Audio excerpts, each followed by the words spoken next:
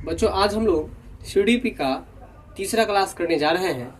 जिस क्लास में आज हम लोग जिस टॉपिक की चर्चा करेंगे उस टॉपिक का नाम है विकास के आयाम। क्या नाम है? विकास के आयाम। तो आयाम का मतलब पहले हम लोग समझेंगे। आयाम का मतलब होता है विस्तार या क्षेत्र भी कह सकते हैं, यानी कि विकास जो है उसका विस्तार कहाँ कहाँ है। विस्तार जो है कहाँ कहाँ है, मतलब विकास जो होता है, अब इसको सीधे क्षेत्र में समझिए, सीधा शब्द में समझिए तो विकास जो है आपको किन किन क्षेत्रों में होता है, बात समझ में आ रहा है ना। इसका विस्तार कहाँ तक है, इसका प्रभाव कहाँ तक है, उसके बारे में आज हम लोग पढ़ेंगे। पहले क्लास में ही हम आपको विकास के कुछ महत्वपूर्ण आयामों की चर्चा किए थे और उसमें बताए थे कि शारीरिक विकास यानी कि विकास का क्षेत्र कहाँ पर है, अभी शरीर पर है। कहाँ पर है? शरीर पर। तो अभी जो हम आपको बताया आयाम का मतलब विस्तार होता है, मतलब इसका जो है फैलाव होता है। विकास कहाँ कहाँ फैला हुआ है, तो अभी आप एक चीज देखें कि शारीरिक दृष्टि से शारीरिक शरीर में फैला हुआ है विकास जी। मानसिक विकास, इसका मतलब कहाँ फैला हुआ है विकास? माथा में, माइंड में, है कि नहीं? बात समझ में आ रहा है कि नहीं? भाषागत विकास, इसका मतलब विकास का प्रभाव कहाँ पर है? भाषा में भी है। सामाजिक विकास, इसका मतलब विकास का प्रभाव कहाँ पर है? समाज में। तो कहने का मतलब आयाम का मतलब आप क्षेत्र समझिए कि विकास का कौन कौन सा क्षेत्र है, विकास का कौन कौन सा आयाम है, और आयाम को ही अंग्रेजी में हम लोग डायमेंशन कहते हैं। बात समझ में आ रहा है? तो आज का टॉपिक क्या है बताइएगा जरा आप लोग। विकास के आयाम। क्या है टॉपिक? विकास के आयाम। विकास के आयाम यानी कि डायमेंशन ऑफ डेवलपमेंट। बात यहाँ तक क्लियर है? चलिए, तो मनोवैज्ञानिकों ने अध्ययन की सुविधा के दृष्टिकोण से विकास को निम्नलिखित भागों में बांट लिया है ना। जिस तरह से आप पढ़े थे इतिहास में, हम आपको बताए थे कि इतिहास को सुविधाजनक पढ़ाई होने के लिए इतिहास को कितने भागों में बांटा था? प्राचीन भारत, मध्यकालीन भारत और आधुनिक भारत। ठीक उसी तरह से विकास को भी आपको अध्ययन की सुविधा के लिए विभिन्न क्षेत्रों में बांट दिया गया, और उसी को जितने क्षेत्र में बांटा गया ना, उसी क्षेत्र का नाम जो है सो हम लोग अलग अलग पढ़े थे पहले क्लास में। जैसे कि शारीरिक विकास है ना, क्रियात्मक विकास, संज्ञानात्मक विकास, भाषागत विकास, संवेगात्मक विकास, सामाजिक विकास इत्यादि। ठीक है यहाँ तक? तो आइए सबसे पहले जो हम लोग पढ़ेंगे वो शारीरिक विकास के बारे में, यानी कि शारीरिक विकास का अंग्रेजी क्या होता है मुझे आप बताएंगे। Physical development. क्या होता है? Physical development. बिहार पुलिस का जब एग्जाम होता है रिटन, और जब उसमें आप क्वालिफाई कर जाते हैं तो वहाँ जो एडमिट कार्ड आता है, लोग कहता है कि अभी फिजिकल का एग्जाम होगा, ये फिजिकल का एडमिट कार्ड है। फिजिकल मतलब यहाँ पर क्या होगा? शरीर से संबंधित आपका क्या होगा? एग्जाम होगा, टेस्ट होगा। बात समझ में आ गया ना? तो याद रखिएगा ये बात। शरीर के बाहरी परिवर्तन जैसे ऊंचाई, शारीरिक अनुपात में वृद्धि इत्यादि जिन्हें स्पष्ट रूप से देखा जा सकता है। अब देखिए ये कह रहा है कि शरीर के बाहरी परिवर्तन, शरीर का बाहरी परिवर्तन, जैसे लड़कियों में स्तन जो है सो आपको बाहरी रूप से लोग देख सकता है जी। इसके बाद जैसे कि शरीर के बाहरी भाग में ही आपको बाल भी होता है, और वो बाल जो है सो बाहरी रूप से दिखा जा सकता है।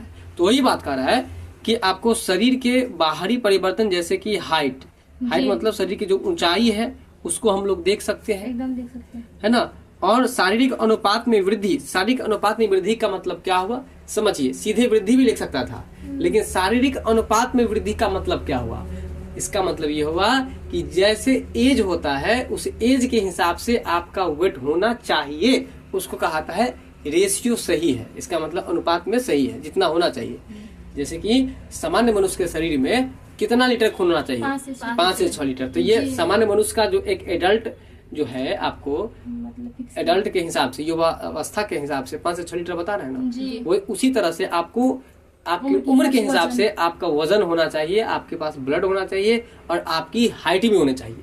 अब जैसे कि कोई अगर 20 वर्ष का व्यक्ति है, 20 वर्ष का व्यक्ति है, और वह आपको जो है आपके कमर की इतना बड़ा ही है, तो आप उसको क्या कहिएगा? बौना कहिएगा। क्यों कहिएगा? क्योंकि आपके दिमाग में एक बात सेट है कि यार ये 20 वर्ष का है तो फिर ये इतना ही बड़ा क्यों है, इसका मतलब ये बौना है। इसका मतलब ये अनुपात को देख करके ही ये बात बोलते हैं आप कि ये तो लगता है बौना है।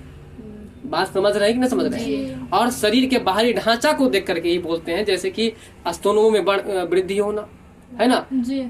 इसके बाद आपको बाहरी बाल, जैसे कि बगल का बाल या जहाँ का भी बाल हो, जी। गुप्तांग का बाल, बात समझ में आ रहा है? तो इन सब बाल सब में वृद्धि होने के हिसाब से आप पकड़ लेते हैं कि इसका उम्र अधिक है, लेकिन हाइट इसका क्या है? छोटा हो। कम है। हाइट क्या है? कम है। कम है। बात समझ में आ रहा है कि ना? तो इसको कहा जाता है अनुपात। जी। जैसे कि आप कोई मेडिसिन की बात करें तो डॉक्टर आपको क्यों पूछता है कि कितने वर्ष का है? उस वर्ष के हिसाब से आपको बताता है कि देखिए इसको 1 ही ml देना है, 2 ही ml देना है, 5 ही ml देना है। बोलता है कि नहीं बोलता है? अगर सयाना है तो उसको 2 मतलब 10 ml देना है। जी। तो ये क्या कहलाएगा? अनुपात कहलाएगा।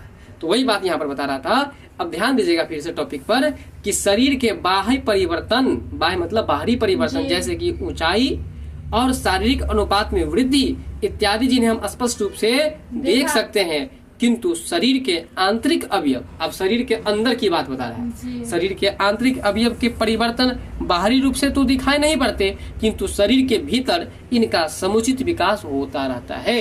आप बाहरी रूप से जो व्यक्ति में विकास होता है उसके साथ साथ जो आपको दिखाई देने का रहता है वो दिखता है और वो आप देख भी लेते हैं, लेकिन शरीर के अंदर में जो आपको विकास होता है, शरीर के अंदर में क्या चीज का विकास होता है बताइए? जैसे कि आपके लीवर का, जैसे कि आपकी किडनी का, जैसे कि आपका दिल का। आप जैसे जैसे बड़े होते हैं वैसे वैसे उसका साइज बढ़ता है कि नहीं बढ़ता है? जी। है कि नहीं? जैसे मानव के मस्तिष्क का वजन कितना होता है? 1350 ग्राम। बात समझ में आ रहा है कि नहीं? तो ठीक उसी तरह से आपको बता रहा है, क्या बता रहा है बताइए? शारीरिक अनुपात की बात बता रहा था, ठीक है ना जी।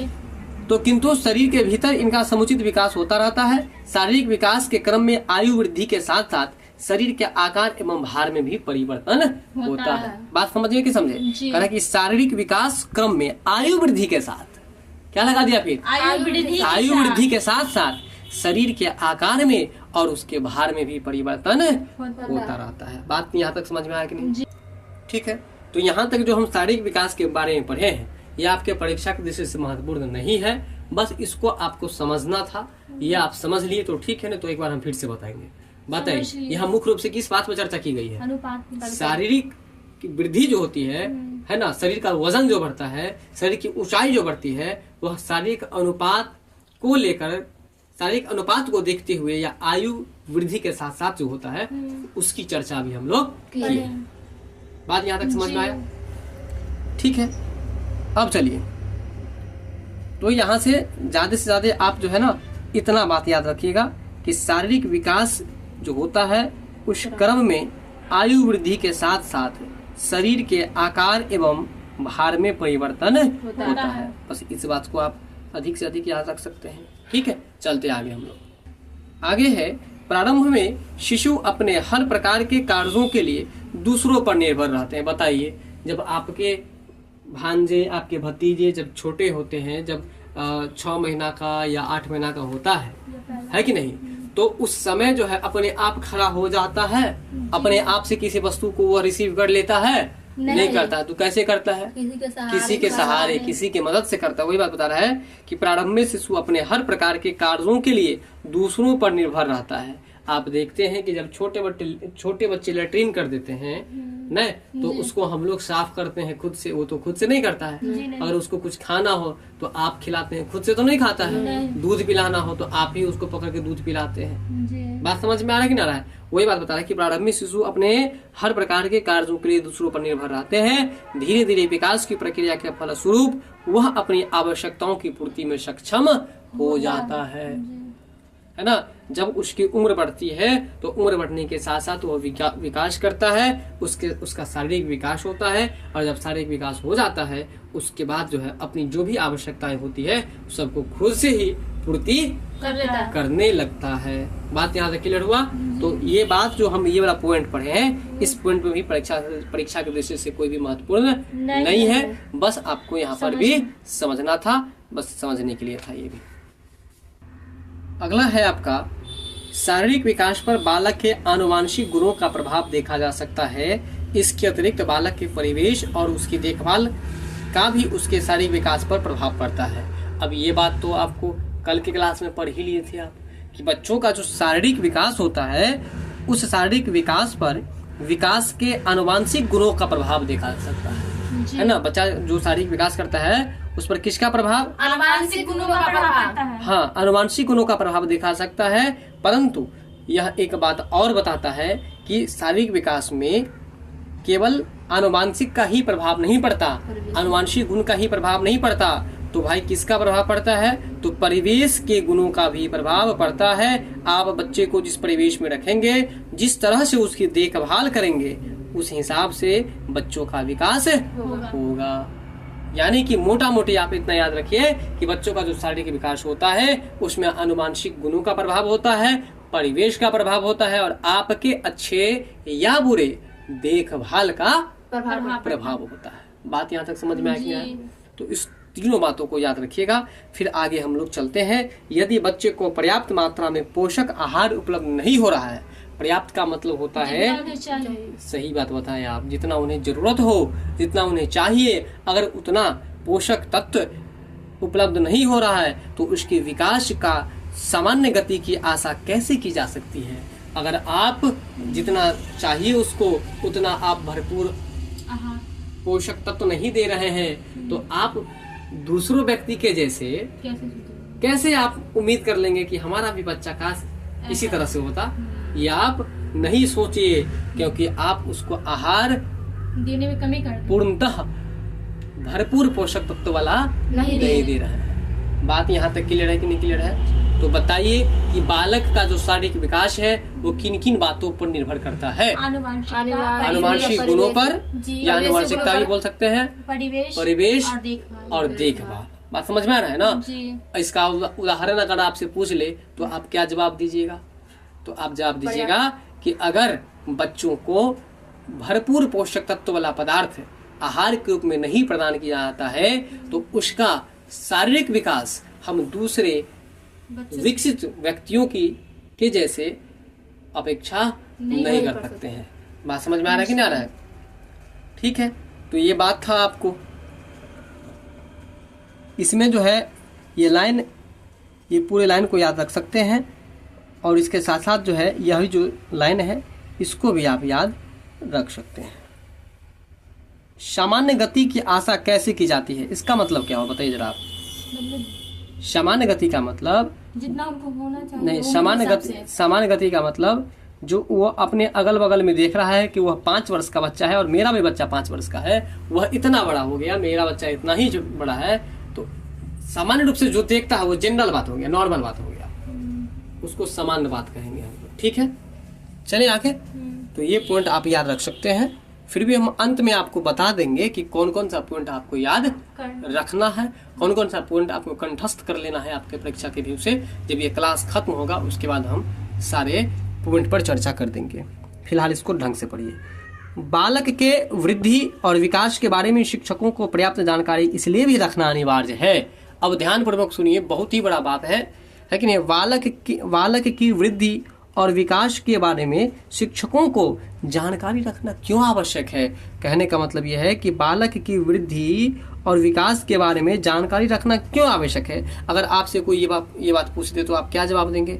तो आप देखिए आपका जवाब क्या होगा, क्योंकि बच्चों की रुचियां, बच्चों की इच्छाएं, बच्चों का दृष्टिकोण, एक तरह से उसका पूर्ण व्यवहार शारीरिक वृद्धि और विकास पर ही निर्भर करता है। कहने का मतलब ये है, अब एक बात जरा देख लीजिए, है ना?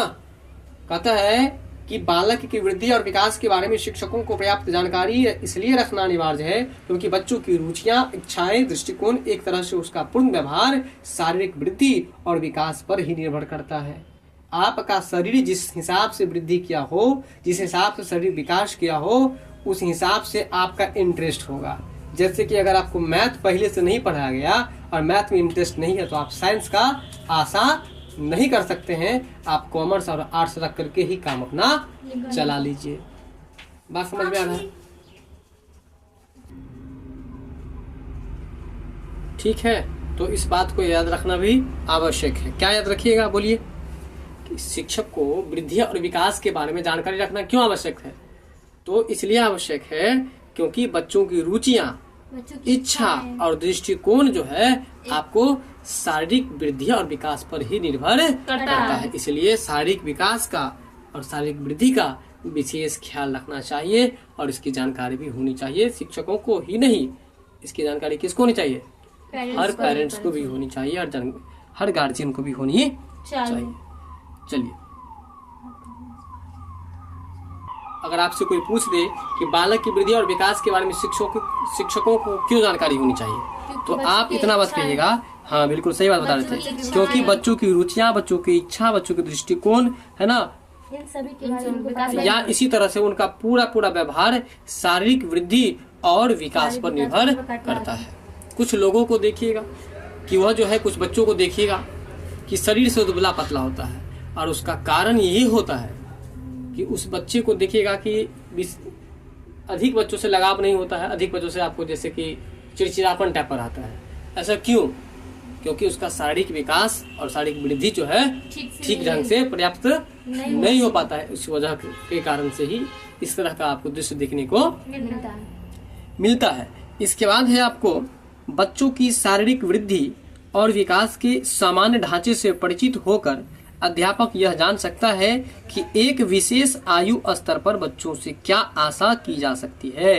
कह रहा है कि अगर बच्चे को शारीरिक वृद्धि और विकास के बारे में जानकारी होगा, उसके बावजूद ही उसको ये बात पता होगा कि बच्चा किस आयु में किस हद तक कितना विकास कर सकता है, कितना करना चाहिए या कितना उसको कमी दिख रहा है। नहीं समझे मेरी बात?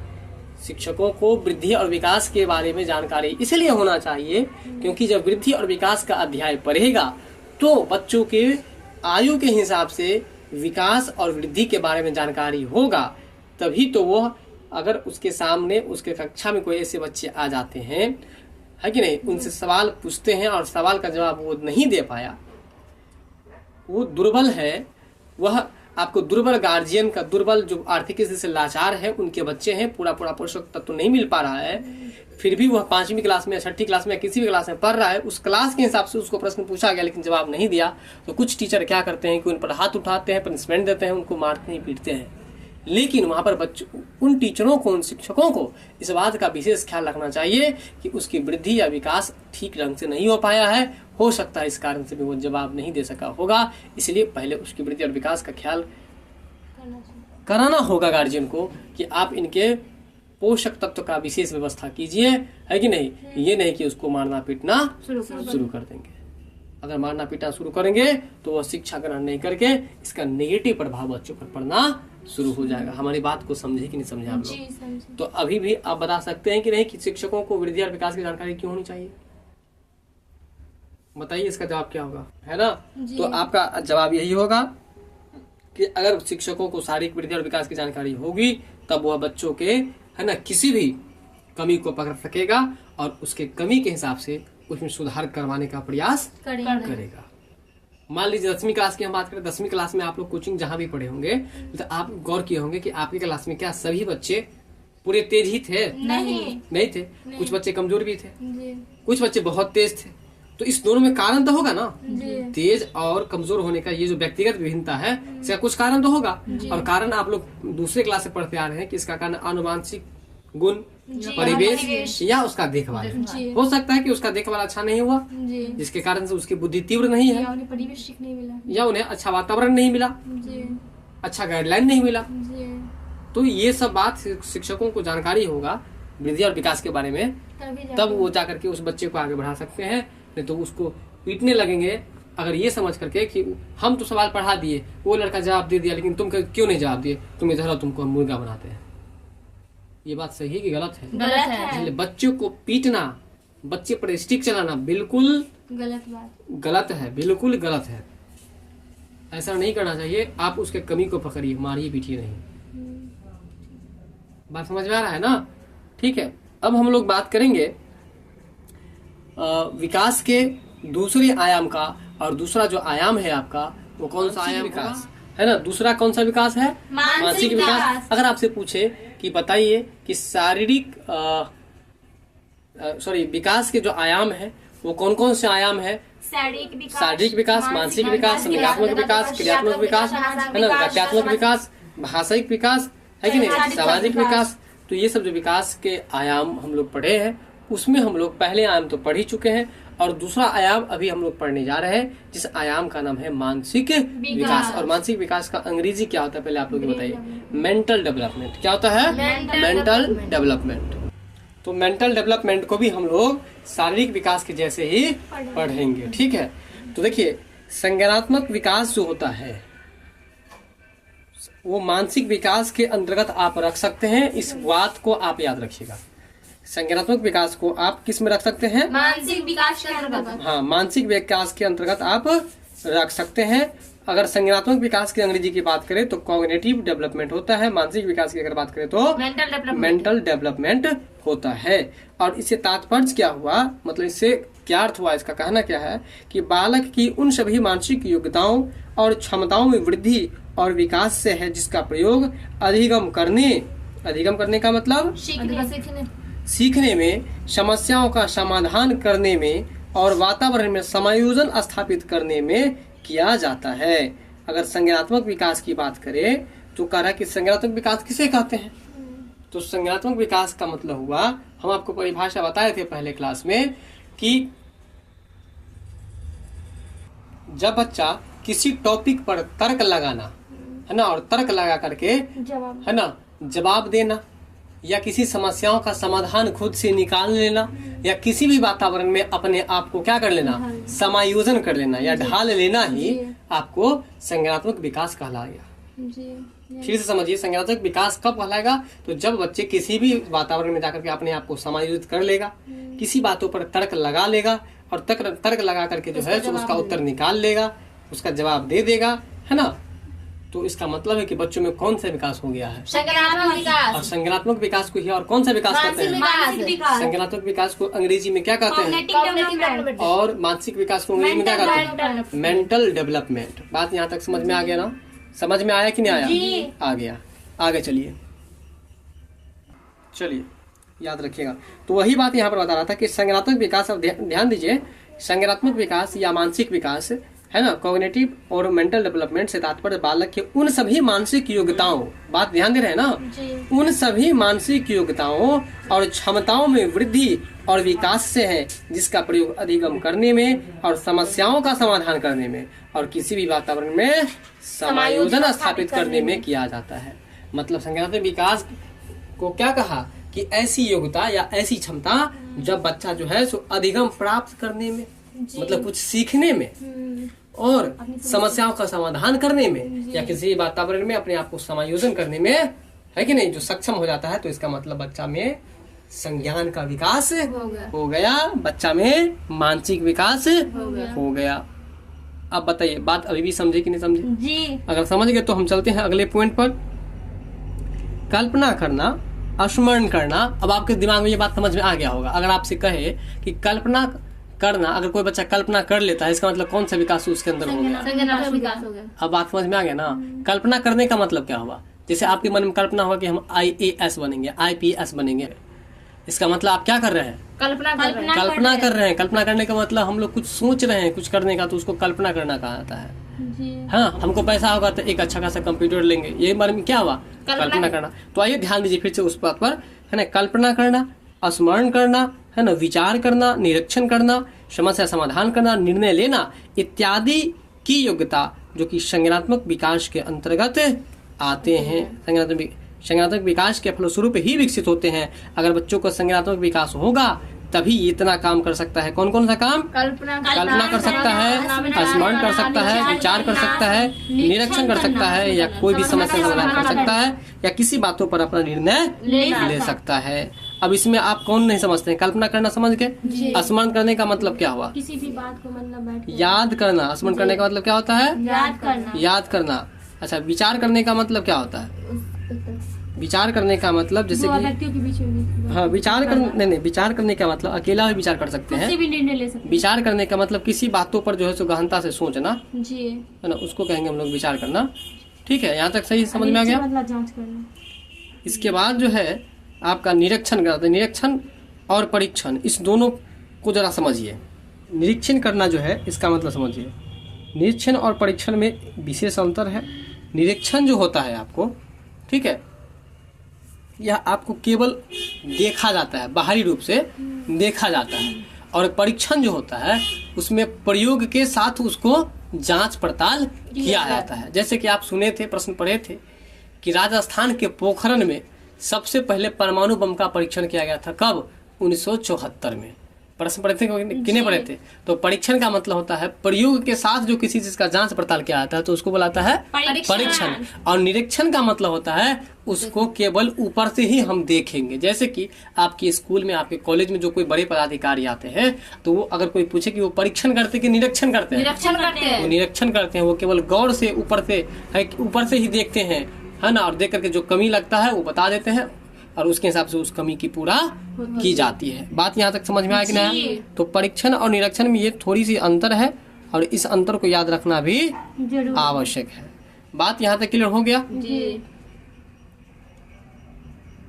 अब चलिए, इसके बाद है समस्या समाधान करना, है ना। बच्चे जो समस्या समाधान करेंगे ये भी काम जो है आपको दिमाग रहेगा उसके पास। था एक लड़की के बारे में आपको बता रहे हैं। एक लड़की है जो ट्रेन से कहीं जा रही थी, है ना, उसको जहाँ जाना था उसको लगा कि ट्रेन हमको उससे आगे लेकर के चला गया और उसके कारण से वो लड़की क्या की है कि कूद गई और कूदने के कारण से उसको घटना हो गया। तो वही बात है यहाँ पर कि अपने, तो बताइए समस्या का समाधान अच्छा से कर सकी कि नहीं कर सकी? नहीं कर सकी ना। नहीं। इसके बाद है आपको निर्णय लेना। उसका जो निर्णय ली लड़की वो सही ली कि गलत ली? ऐसा क्यों हुआ? क्योंकि उसका मानसिक विकास अच्छा से नहीं हो पाया था, संज्ञान का विकास नहीं हो पाया था। तो बताइए, अगर आपसे पूछेगा कि संज्ञानात्मक विकास के दौरान बच्चा क्या क्या कर सकता है? अपना निर्णय ले सकता है, समस्या समाधान कर सकता है, किसी भी बात विचार कर सकता है, कल्पना कर सकता है कि नहीं? कुछ स्मरण कर सकता है। स्मरण मतलब किसी बातों को याद कर सकता है। स्मरण का मतलब याद, कल के क्लास से ही बताते आ रहे हैं। स्मरण का मतलब अंग्रेजी में मेमोरी है कि नहीं, और स्मरण का मतलब या स्मृति का मतलब याद करना। क्लियर है यहाँ तक? जी। चलिए, इतना काम जो है संज्ञानात्मक विकास के फलस्वरूप ही हो सकता है। तो कौन कौन सा काम? तो कल्पना करने का काम, स्मरण करने का काम, विचार करने का काम और निरीक्षण करने का काम, समस्या समाधान का और निर्णय लेने का काम जो है आपको संज्ञानात्मक विकास के फलस्वरूप ही संभव है। बात यहाँ तक क्लियर है? चलते हैं आगे।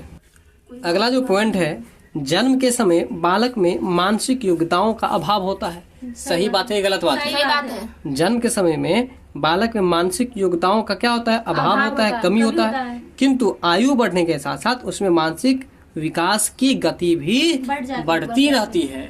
मतलब जैसे जैसे उसकी आयु बढ़ती है वैसे वैसे उनका मानसिक विकास भी आपको होता रहता है। ये बात आपको यहाँ पर बताया। तो ये इस परीक्षा की दृष्टि से उतना महत्वपूर्ण नहीं है, बस समझना है आपको, ठीक है। अगला है, संज्ञानात्मक विकास के बारे में शिक्षकों को पर्याप्त जानकारी इसलिए होनी चाहिए। अब देखिए, ऊपर अभी जस्ट पढ़े थे हम लोग की वृद्धि और विकास की जानकारी क्यों होनी चाहिए, सेम वही बात यहाँ पर आएगा। संज्ञानात्मक विकास के बारे में शिक्षकों को पर्याप्त जानकारी इसलिए होनी चाहिए क्योंकि इसके अभाव में वह बालकों की इससे संबंधित समस्याओं का समाधान नहीं कर पाएगा। अगर शिक्षकों को संज्ञान के बारे में, संज्ञानात्मक विकास के बारे में जानकारी नहीं हो तो वह जो है सो बच्चों के समस्या का समाधान नहीं कर पाएगा। अगर कोई पूछेगा कि शिक्षकों को संज्ञानात्मक विकास या मानसिक विकास के बारे में जानकारी क्यों होनी चाहिए, तो आप क्या बताएंगे? इसलिए होनी चाहिए क्योंकि वह बच्चों के किसी भी समस्याओं का समाधान है कि नहीं कर सके। बात समझ में आ रहा है? जी। ठीक है। तो संज्ञानात्मक विकास के बारे में शिक्षकों को पर्याप्त जानकारी इसलिए होनी चाहिए क्योंकि इसके अभाव में, इसके कमी में वह बालकों को इससे संबंधित समस्या को समाधान नहीं कर पाएंगे। बात समझ में आ रहा है? तो ये था आपको संज्ञानात्मक विकास की जानकारी शिक्षकों में क्यों आवश्यक है। बात पकड़ लिए, आगे चलते हैं। अब आगे चलिए, यदि कोई बालक मानसिक रूप से कमजोर है, यदि कोई बालक जो है मानसिक रूप से क्या है, कमजोर है, तो इसकी क्या कारण है आप मुझे बताइए। अगर कोई मानसिक रूप से कमजोर है इसका क्या कारण हो सकता है? हो सकता है। सही बात है, हो सकता है। ठीक है। उसका देखभाल अच्छा से नहीं हुआ होगा जिसके कारण से मानसिक रूप से वह अच्छा नहीं है, कमजोर है। तो वह कह रहा है कि यदि कोई बालक मानसिक रूप से कमजोर है तो इसके क्या कारण है, यह जानना उसके उपचार के लिए आवश्यक है। कहने का मतलब कह रहा है कि शिक्षकों को है ना, संज्ञानात्मक विकास के बारे में जानकारी होना क्यों आवश्यक है, तो आप इसका जवाब यह भी दे सकते हैं कि बच्चे मानसिक रूप से कमजोर हैं या तेज है, इसकी जानकारी प्राप्त करने के लिए शिक्षकों को संज्ञानात्मक विकास की जानकारी होना आवश्यक है। आगे चलिए। विभिन्न अवस्थाओं और आयु स्तर पर बच्चों की मानसिक वृद्धि और विकास को ध्यान में रखते हुए उपयुक्त पाठ्य पुस्तकें तैयार करने में भी इससे सहायता मिल सकती है। यानी कि विभिन्न अवस्था का मतलब बालकों की विभिन्न अवस्था, शैशवावस्था, बाल्यावस्था, किशोरावस्था, इन सब अवस्थाओं और आयु स्तर पर बच्चों की जो मानसिक वृद्धि, कहने का मतलब बच्चा का जिस हिसाब से आयु होगा उस हिसाब से मानसिक वृद्धि उसका सही है कि गलत है ना, इसकी जानकारी जांचने के लिए, इसकी जानकारी प्राप्त करने के लिए शिक्षकों को संज्ञानात्मक विकास या मानसिक विकास की जानकारी होनी चाहिए, है ना। विकास को ध्यान में रखते हुए पाठ्य पुस्तकों को तैयार करने में भी जो है, अगर मान लीजिए कोई प्रश्न ही बनाते हैं तो प्रश्न जो बनाया जाता है तो बच्चों के माइंड के हिसाब से बनाता है कि उसका संज्ञान कहाँ तक विकास हो पाया है, कहाँ तक ये उसकी जानकारी हो पाई है। इसलिए क्वेश्चन जो बनता है वो अनुभवी शिक्षक के पास ही बन सकता है, ठीक है कि नहीं। तो ये था आपको मानसिक विषय से संबंधित। तो मानसिक विकास से संबंधित आपको जो है सो विशेष बात जो हम 2-3 लाइन बताए हैं उतना ही बात याद रखिएगा। जैसे कि संज्ञानात्मक विकास बच्चे में जब हो जाएंगे तो वो क्या क्या चीज कर सकता है, ये बात जो आपको पता है। कौन कौन सा बात पता है? कल्पना करना, विचार करना, चिंतन करना, समस्या समाधान करना, निर्णय लेना, निरीक्षण करना, है कि नहीं, किसी बातों पर निर्णय लेना, ये सब काम कर सकता है, ठीक है। अगर आपसे पूछे कि संज्ञानात्मक विकास किसे कहते हैं तो आप कहेंगे कि देखिए किसी टॉपिक पर तर्क लगाना, उसके बारे में सोचना, विचार करना, मंथन करना, चिंतन करना और इसका जवाब प्राप्त कर लेना, अपनी समस्या का समाधान कर लेना, ये इत्यादि सभी गुण यदि बच्चों में आ जाए तो इसका मतलब समझेंगे कि बच्चों का संज्ञान का विकास हो गया, अर्थात संज्ञानात्मक विकास हो गया है, मानसिक विकास हो गया है। संज्ञानात्मक विकास का अंग्रेजी क्या होगा बताइए? Cognitive development. और मानसिक विकास का अंग्रेजी मेंटल डेवलपमेंट। यहाँ तक बात समझ में आ गया। अब हम लोग चलेंगे विकास के तीसरे आयाम में, और तीसरा जो सामवेगिक विकास। कौन सा आयाम है? सामवेगिक विकास, यानी कि संवेग का विकास। अब हम लोग सबसे पहले आपको समझाएंगे कि संवेग क्या होता है। क्या समझाएंगे? संवेग क्या होता है? देखिए संवेग का मतलब पहले समझिए। संवेग के अंतर्गत आपको भय, क्रोध, घृणा, आश्चर्य, स्नेह, खुशी, प्रेम, प्यार, नफरत, ईर्ष्या, ये सब आपको आता है। बात समझ में आ रहा है ना? तो संवेग मतलब समझे क्या हुआ? संवेग मतलब बताइए। भय, क्रोध, घृणा, नफरत है कि नहीं, गुस्सा, क्रोध, ये सब आपको संवेग। और आप अपने संवेग का, यानी कि आपने भय, क्रोध, गुस्सा, नफरत का अगर सही समय पर, यानी कि उचित समय पर इसका प्रकाशन करते हैं, दिखावा करते हैं, तो इसका मतलब आपको संवेग विकास हो गया, आपके अंदर सामवेगिक विकास हो गया है। तो आइए सबसे पहले हम लोग समझेंगे कि सामवेगिक विकास का अंग्रेजी क्या होता है। सामवेगिक विकास का अंग्रेजी इमोशनल डेवलपमेंट होता है ना। आइए संवेग, जिसे हम लोग भाव भी कहते हैं, है ना। भाव का मतलब क्या हुआ? फीलिंग। भाव का मतलब क्या हुआ? फीलिंग, है ना। तो यहाँ पर बता रहा है कि संवेग, जिसे हम भाव भी कहते हैं, और इसका अर्थ होता है ऐसी अवस्था जो व्यक्ति के व्यवहार को प्रभावित करती है। अब बताइए कि अगर क्रोध जो आ जाएगा तो क्रोध से पहले मेरा व्यवहार कैसा होता है आप देखते हैं, और क्रोध जब खत्म हो जाता है मेरा व्यवहार आपके साथ कैसा होता है आप देखते हैं। तो वही क्रोध, भय, क्रोध, भय, घृणा, ईर्ष्या, ये सब जो है व्यवहार में परिवर्तन लाने वाले एक क्या है? कारक है। परिवर्तन लाने वाले क्या है? कारक है। बात समझ रहे हैं? तो ऐसी अवस्था जो व्यक्ति के व्यवहार में को प्रभावित करती है, जैसे कि भय, क्रोध, घृणा, आश्चर्य, स्नेह, खुशी इत्यादि संवेग का उदाहरण है। तो ये भी पॉइंट आप याद रखिएगा कि संवेग के अंदर क्या सब आता है? भय, क्रोध, घृणा, आश्चर्य, खुशी इत्यादि, ये सब आपको संवेग का क्या है? उदाहरण है। चलिए अब है बालक के आयु बढ़ने के साथ साथ इन संवेगों का उचित प्रक्षेपण और नियंत्रण की योग्यता का विकास होता है। कहने का मतलब यह है कि जैसे जैसे बालक की आयु बढ़ती है उनमें जो है सो आपको संवेग नियंत्रण करने की योग्यता का विकास होता है। जैसे बच्चे को, अगर आप छोटे बच्चे हैं, उसको 2 रुपया हाथ में दिए थे, वो 2 रुपया आप उसे छीन लीजिए, वो बच्चा क्या करता है? अगर मिट्टी हो अगल बगल में या मिट्टी न हो, किसी पक्के पर ही पूरे बॉडी को एकदम हिला करके, हाथ पर छिड़िया करके क्या करता है? रोने लगता है। सर हाथ को क्या करता है? पटकने लगता है। लेकिन वही 2 रुपया अगर आपसे छीन लिया जाए तो क्या आप भी सर पटक पटक के रोते हैं? नहीं। क्या आप पूरी बॉडी में मिट्टी लगा लेते हैं? नहीं। क्यों ऐसा आप क्यों नहीं करते हैं? क्योंकि आपके अंदर आयु के साथ साथ संवेग पर नियंत्रण होने लगा है, इस वजह से आप ऐसा नहीं करते हैं। जबकि वो जो छोटा बच्चा है उसको अभी संवेग पर पूरा नियंत्रण नहीं हो पाया है। बात यहाँ क्लियर की है कि नहीं है? संवेग के अंतर्गत क्या सब आया पहले मुझे ये बता दीजिए। भय, क्रोध, खुशी। फिर से बताइए। है ना, ये सब जो है आपको संवेग का उदाहरण है। ठीक है, यहाँ तक समझ में आ गया। अगला पॉइंट है संवेगात्मक विकास यानी कि इमोशनल डेवलपमेंट। मानव वृद्धि एवं विकास का एक महत्वपूर्ण पहलू है। सही बात है, मानव वृद्धि और विकास का एक महत्वपूर्ण पहलू है, एक महत्वपूर्ण स्टेप है। कहने का मतलब संवेगात्मक विकास जो है ना, यह भी आपके मानव की वृद्धि और विकास का एक अच्छा स्टेप है। ठीक है ना, मतलब विकास के क्रम में ही आता है ये भी आपको संवेग का विकास, इसलिए इसको भी एक स्टेप माना जाएगा। जैसे सीढ़ी होता है ना, तो सीढ़ी का जो आपको खाड़ी होता है, एक के बाद जो एक खाड़ी होता है, तो वो भी एक पहलू उसको कह सकते, एक स्टेप कह सकते हैं। ठीक उसी तरह से वृद्धि और विकास जो बच्चों का होता है, उसमें भी यह एक स्टेप है जिसका नाम है संवेगी विकास। ठीक है, बालक का संवेगात्मक व्यवहार उसकी शारीरिक वृद्धि और विकास को नहीं, है ना, बल्कि बौद्धिक, सामाजिक और नैतिक विकास को भी प्रभावित करता है। देखिए, अगर संवेग पर उसको पूर्ण नियंत्रण है तो उसको दोस्ती भाएगा कि नहीं भाएगा, ये बताइए। अगर मान के चलिए संवेग पर नियंत्रण है, गुस्सा नहीं आता है, प्रेम का सही प्रकाशन करता है, प्यार का सही प्रकाशन करता है, ईर्ष्या का सही प्रकाशन करता है, तो दोस्ती अच्छी होगी या दोस्ती खराब होगी? अच्छी होगी, क्योंकि संवेग पर कंट्रोल है। अच्छा, और कह रहा है कि संवेग पर यदि कंट्रोल है तो केवल वह वृद्धि और विकास को ही प्रभावित नहीं करेगा।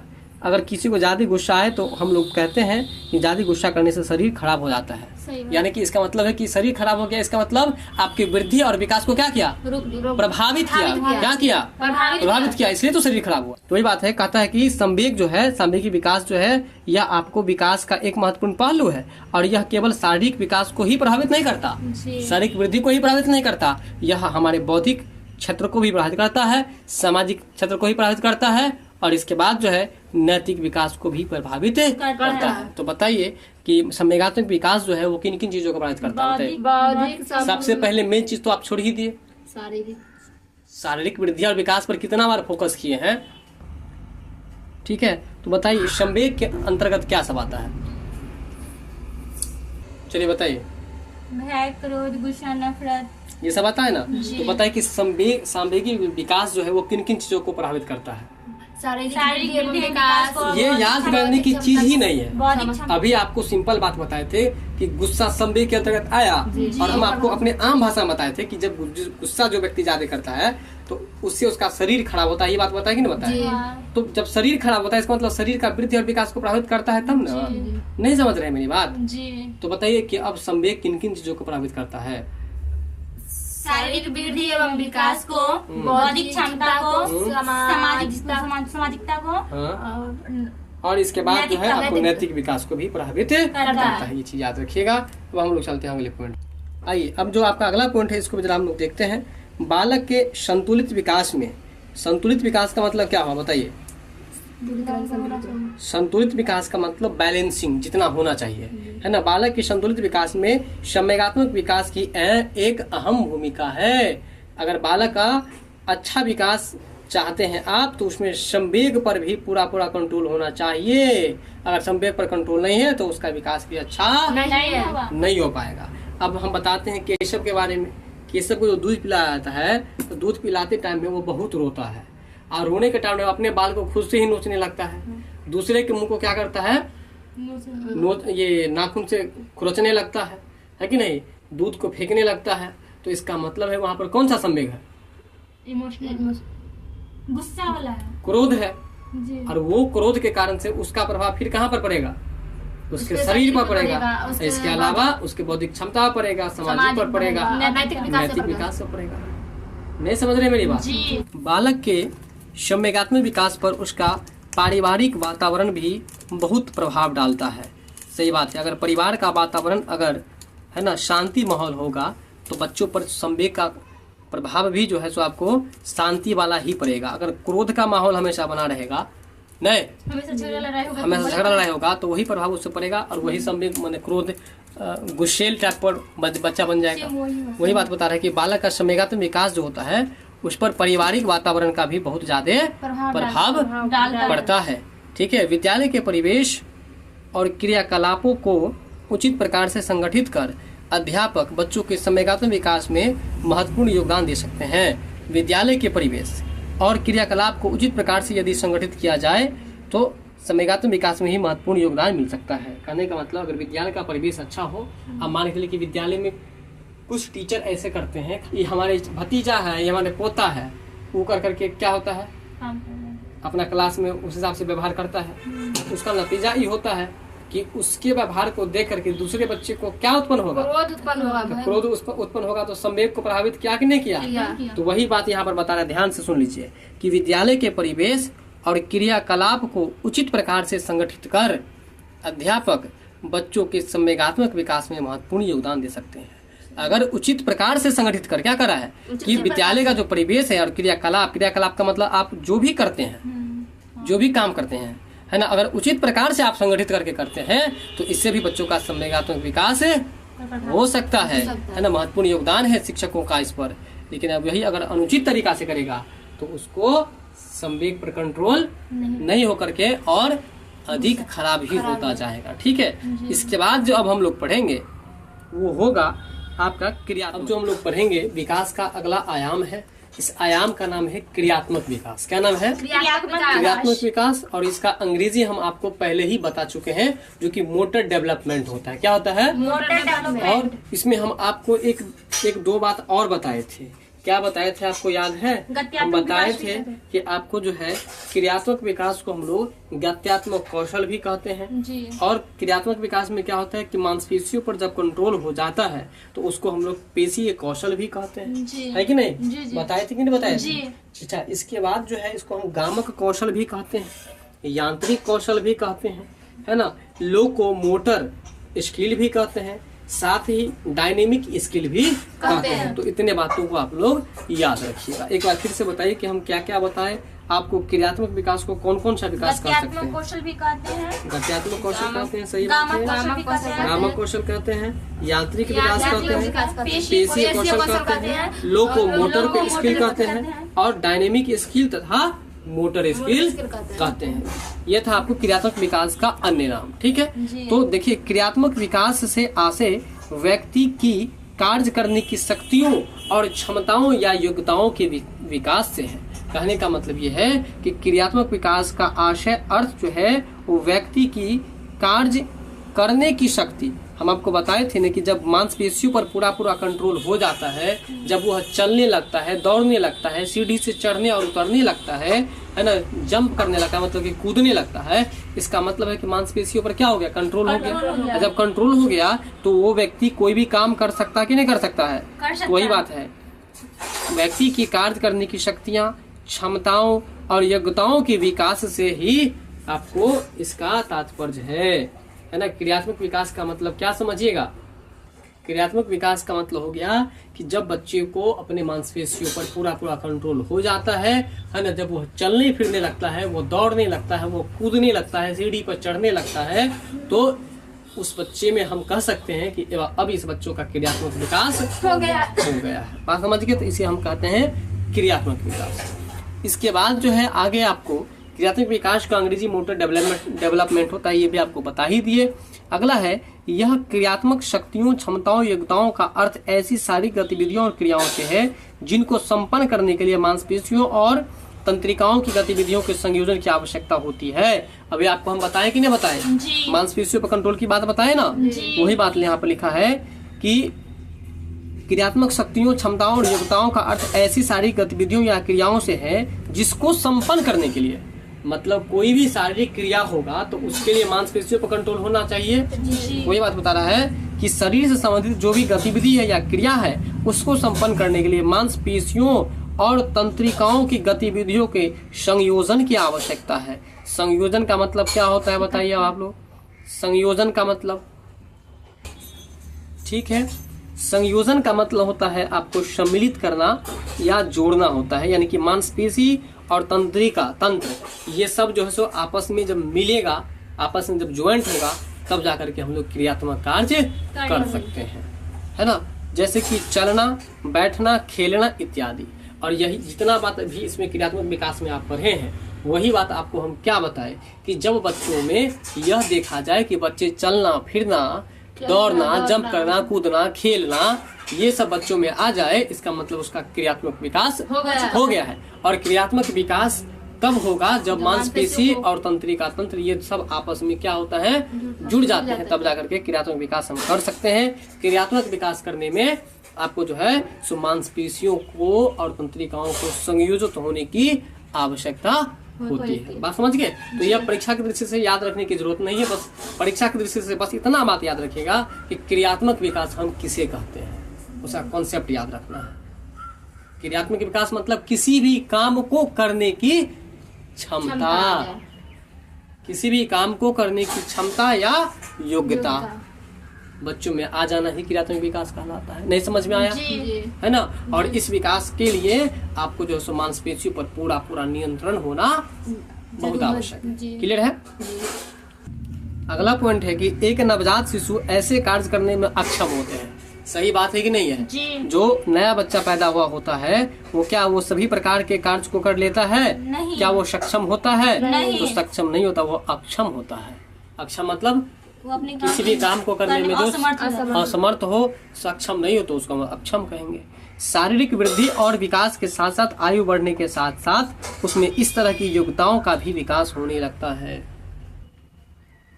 शारीरिक वृद्धि एवं विकास के साथ आयु बढ़ने के साथ उसमें इस तरह की योग्यताओं का भी विकास होने लगता है। हम आपको बताया ये बात कि जैसे जैसे अब मान के चलिए, हम आपको पहले दिन के क्लास में ही आपको बताए थे, क्या बताए थे कि जब बच्चा आपको छोटे होते हैं तो उनके उस समय 275 से 300 हड्डियां होता है जी। लेकिन जब वो बच्चे बड़े हो जाते हैं, कम जाती है हड्डियों की संख्या का घनत्व क्या होता है, कम जाता है, 206 पर आ जाता है।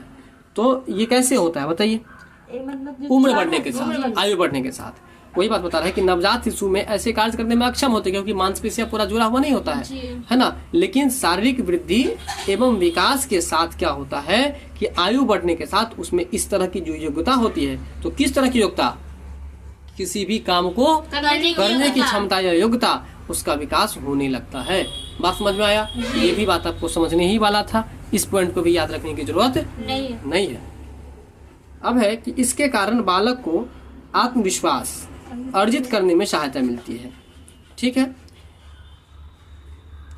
पर्याप्त क्रियात्मक विकास के अभाव में बालक में विभिन्न प्रकार के कौशलों का विकास में भी बाधा पहुंचाती है। अगर बच्चों में क्रियात्मक विकास नहीं होता है तो बच्चों में क्या होता है कि जब क्रियात्मक विकास नहीं होगा, कोई भी काम करने का क्षमता उसमें नहीं होगा, तो क्या होगा, किसी प्रकार के कौशल को सीख पाएगा? नहीं सीख पाएगा। अगर मान चलिए उसका बॉडी काम नहीं कर रहा है, किसी को पोलियो अगर मारा हुआ है मान चलिए, या शरीर दुर्बल है, तो क्या उसको साइकिल सीखने का मन होगा कि नहीं होगा? नहीं होगा।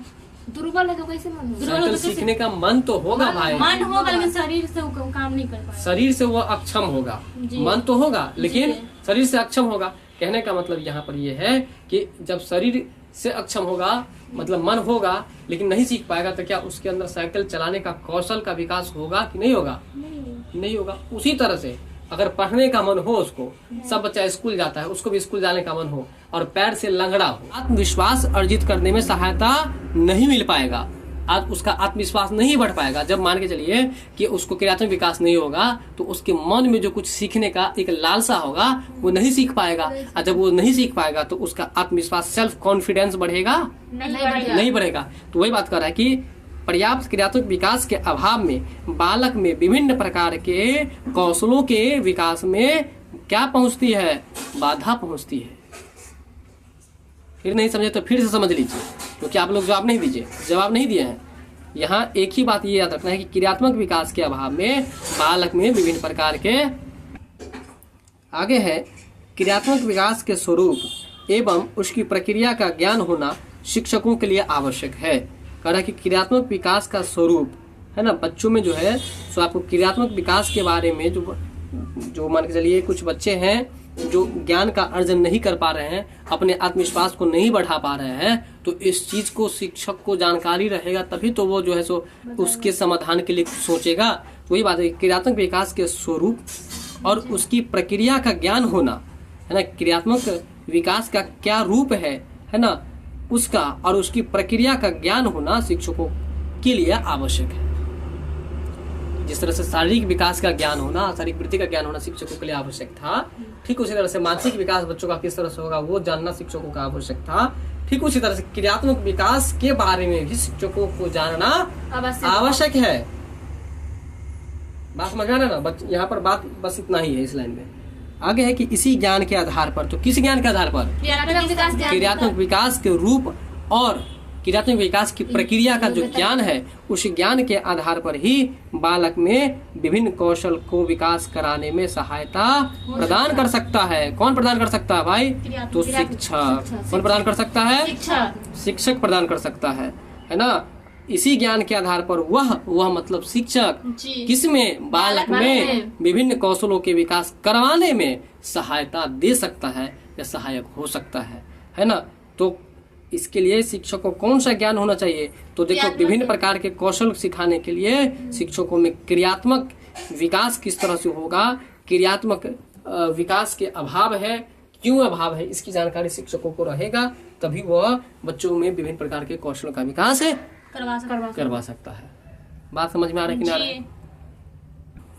अगला पॉइंट है, जिन बालकों में क्रियात्मक विकास सामान्य से कम होता है। अब देखो, सभी बालक जो है आपको सभी प्रकार की क्रियाओं को एक जैसा नहीं करता है कि नहीं?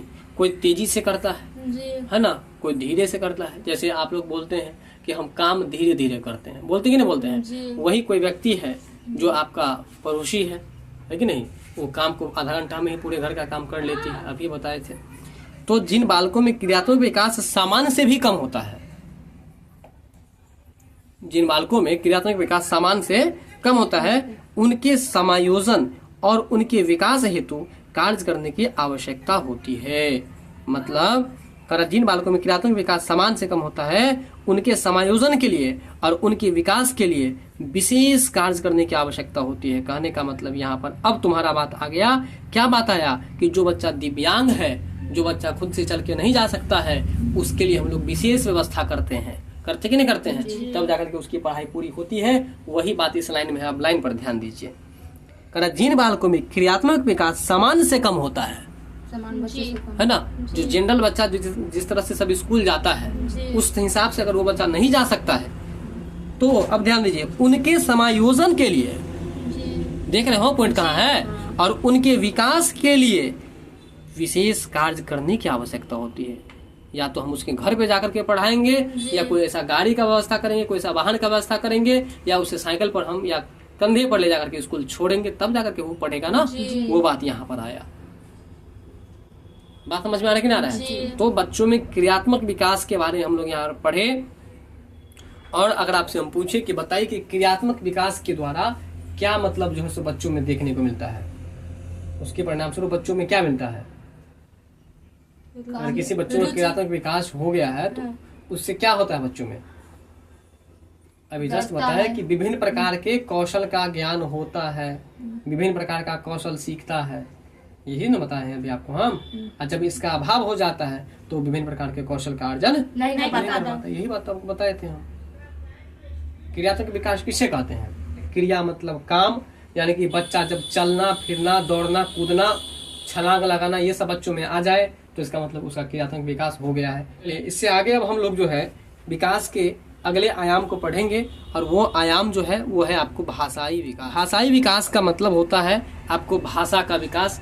बच्चों में जब किसी दूसरे व्यक्तियों के भाषा को समझने की योग्यता हो जाए और प्रश्न को समझ करके उसका जवाब देना आ जाए, तो इसका मतलब हम लोग उसको क्या कहेंगे? भाषाई विकास कहेंगे। ठीक है। भाषा के विकास को एक प्रकार से हम संज्ञानात्मक विकास या भावनात्मक विकास भी कह सकते हैं। जिस तरह से संज्ञानात्मक विकास को हम लोग मानसिक विकास कहे थे, उसी तरह से ये याद रखना कि भाषाई विकास को हम लोग संज्ञानात्मक विकास भी कह सकते हैं, या उसे भावनात्मक विकास भी कह सकते हैं। भाषा कौन समझेगा? जो भावना को समझेगा, क्योंकि हर कुछ बोल करके ही दूसरे को नहीं बताया जाता है। किसी के भावना से कोई समझता है ना, है कि नहीं?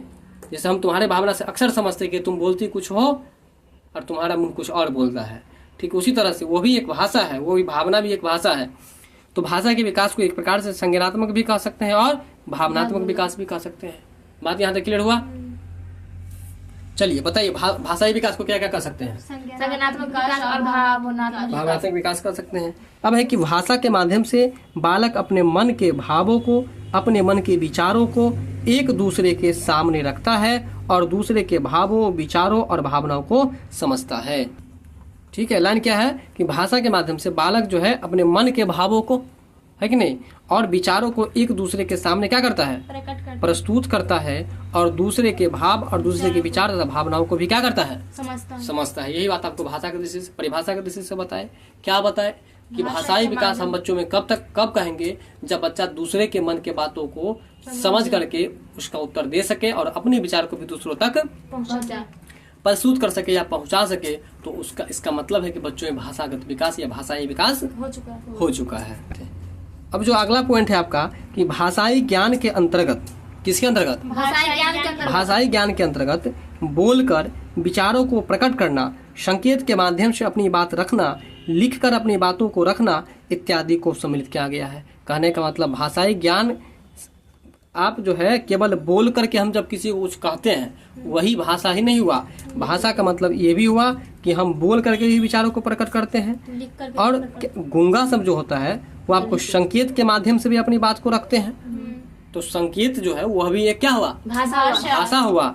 और लिख करके भी हम लोग करते हैं। कितना मूवी में देखिएगा, जो बोल नहीं सकता वो लिख करके दे देता है। तो संकेत भी एक भाषा हुआ, लिख करके देना भी एक भाषा हुआ, और जब हम बोलते हैं तो वो भी एक प्रकार का क्या हुआ? भाषा। तो अगर किसी बच्चा में भाषा का विकास हो गया होगा, इसका मतलब वो क्या क्या कर सकता है बताइए?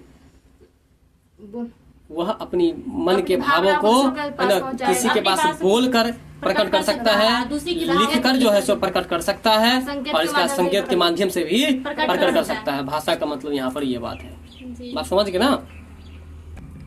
बात समझ में आ गया? तो संकेत भी एक प्रकार का भाषा है, लिखना भी एक प्रकार का भाषा है, और बोलना भी एक प्रकार का भाषा है। बात समझ में आ रहा है? चलिए, अब जो आपका अगला है, बालक 6 माह से 1 वर्ष के बीच कुछ शब्दों को समझने और बोलने लगता है। बालक जो है जब 6 महीना से 1 वर्ष के बीच में होता है तो वह कुछ शब्द को क्या करता है? समझने भी लगता है और बोलने भी लगता है। ठीक है, चलिए अगला है, ये भी बात याद रखने की जरूरत नहीं है, ज्यादा इसमें ये याद रखेगा कि जब बच्चा 6 वर्ष से 1 वर्ष के बीच में होता है तो कुछ शब्दों को वह समझने लगता है और बोलने लगता है, समझने लगता है और बोलने लगता है। चलिए अब आगे चलते हम लोग। 3 वर्ष की अवस्था में वह कुछ छोटे वाक्यों को बोलने लगता है। 15 से 16 के मध्य, यानी कि 15 से 16 के बीच उसके शब्दकोश की तीव्रता से विस्तार होने लगता है। मतलब जब वह 15 वर्ष से 16 वर्ष के बीच में जाता है तो उनके अंदर जो है सो शब्द का विशेष ज्ञान होने लगता है तथा शब्दों की समझ भी विकसित हो जाती है। तो कुल मिला के बस इतना ही समझिए कि भाषाई विकास का मतलब जब बच्चे दूसरे व्यक्तियों के मन के भावों को समझकर उसका सही उत्तर दे देता है और अपने विचार को भी दूसरे व्यक्तियों के पास सही है ना प्रकट करता है, प्रस्तुत करता है, तो उसको हम लोग कहेंगे कि बच्चों में भाषा का विकास हो गया है। और भाषा का विकास जब हो गया है वो 3 तरह से प्रकट कर सकता है, बोल करके, है ना, इसका संकेत के माध्यम से और इसका लिख कर के माध्यम से। ये भी याद रखिएगा, ठीक है। इसके बाद हम लोग विकास के 6ठे आयामों को पढ़ेंगे, और 6ठा आयाम जो है, जो कि आपको लास्ट आयाम है, उस आयाम का नाम है आपको सामाजिक विकास, सोशल डेवलपमेंट। ठीक है, तो आइए, सामाजिक विकास को अंग्रेजी में हम लोग सोशल डेवलपमेंट कहते हैं, जिसका शाब्दिक अर्थ होता है समाज के अंतर्गत रहकर विभिन्न पहलुओं को सीखना, है ना। सब बताइए, सामाजिक विकास का अर्थ क्या होता है? समाज के अंदर रहकर विभिन्न पहलुओं को सीखना, विभिन्न पहलुओं को सीखना। मतलब समाज के रहन सहन, रीति रिवाज, संस्कृति, है ना, वेशभूषा, पहनावा ओढ़ावा, इन सारी बातों को सीखना, विभिन्न दृष्टिकोणों से जो है जानकारी प्राप्त करना सामाजिक विकास कहलाता है। ठीक है, और कह रहा है कि समाज के अंतर्गत चरित्र निर्माण, अच्छा व्यवहार और जीवन से संबंधित व्यवहारिक शिक्षा इत्यादि का विकास होता है। यानी कि सामाजिक विकास के अंदर क्या है, जिसका विकास होता है? चरित्र निर्माण होता है ना, अच्छा व्यवहार सीखता है और जीवन से संबंधित व्यवहारिक शिक्षा ग्रहण करता है। जीवन से संबंधित व्यवहारिक शिक्षा। अब देखिए जीवन से संबंधित व्यवहारिक शिक्षा, व्यवहारिक शिक्षा क्या होता है बताइएगा आप लोग। व्यवहारिक शिक्षा मतलब प्रैक्टिकली जो आप अपने दैनिक जीवन के हर काम में यूज करते हैं। व्यवहारिक शिक्षा मतलब आप जितना भी काम करते हैं वो सब आपका काम ही आपका व्यवहार कहलाया। बात समझ में आ रहा है ना। तो समाज के अंतर्गत रहकर विभिन्न पहलुओं को सीखना, समाज के अंतर्गत चरित्र निर्माण, अच्छा व्यवहार और जीवन से संबंधित व्यवहारिक शिक्षा भी ग्रहण करता है बच्चा। किस विकास के अंतर्गत? सामाजिक विकास के अंतर्गत। सामाजिक विकास के अंतर्गत क्या क्या होता है? चरित्र निर्माण होता है, अच्छा व्यवहार सीखता है और जीवन से संबंधित व्यवहारिक शिक्षा को भी सीखता है। बात समझ में आ रहा है? सीधा सीधा अगर इतना बात नहीं याद रहे तो बस इतना बात याद रखें, उसे याद रखने की सब जरूरत ही नहीं है। बस समझना है, याद ये रखना है कि सामाजिक विकास का शाब्दिक अर्थ क्या होता है, समाज के अंतर्गत रहकर विभिन्न पहलुओं को सीखना। बस इतना याद रखिएगा और इसे विस्तार अपने मन से कर सकते हैं, है ना, कि बच्चे समाज में अच्छे चरित्र का निर्माण करते हैं, अच्छे व्यवहार सीखते हैं और व्यवहारिक शिक्षा सीखते हैं। ठीक है। अगला है कि सामाजिक विकास की प्रथम संस्था परिवार है और इस पॉइंट को आप लोग याद रख लीजिएगा कि सामाजिक विकास की प्रथम संस्था कौन सी है? परिवार। ये चीज आप याद रखिएगा, जिसे बालक की प्रथम पाठशाला माना गया है। ये बहुत ही महत्वपूर्ण पॉइंट है आपके लिए, है ना, इसलिए आप इसको याद रखिएगा, है ना। सामाजिक विकास की प्रथम संस्था कौन सी है? परिवार है और जिसे बालक की प्रथम पाठशाला भी माना जाता है। चलिए अगला प्रश्न जो है, अगला पॉइंट जो है, कह रहा है कि संबंधों के दायरों में, दायरा मतलब क्या होता है? सीमा, लिमिट, है ना। संबंधों के दायरों में वृद्धि माता पिता और भाई बहन के अतिरिक्त दोस्तों या मित्रों से जुड़ना, है ना। कहने का मतलब संबंधों के दायरे में वृद्धि अर्थात माता पिता और भाई बहन के अतिरिक्त दोस्त मित्र से जुड़ना। माता पिता से ज्यादा दोस्त से हो जाए। हाँ तो नहीं, यहाँ बात सुनिए। कहने मतलब अगर संबंधों की बात करें तो संबंध मुख्य रूप से माता पिता और आपका भाई बहन जो है ना, वही आपका संबंधी है। लेकिन इसके अलावा जो इसमें वृद्धि होता है किस किस से बढ़ता है? दोस्त के माध्यम से, वो भी आपका धीरे धीरे संबंध बन जाता है। वो यहाँ पर बता रहे हैं आपको। ठीक है।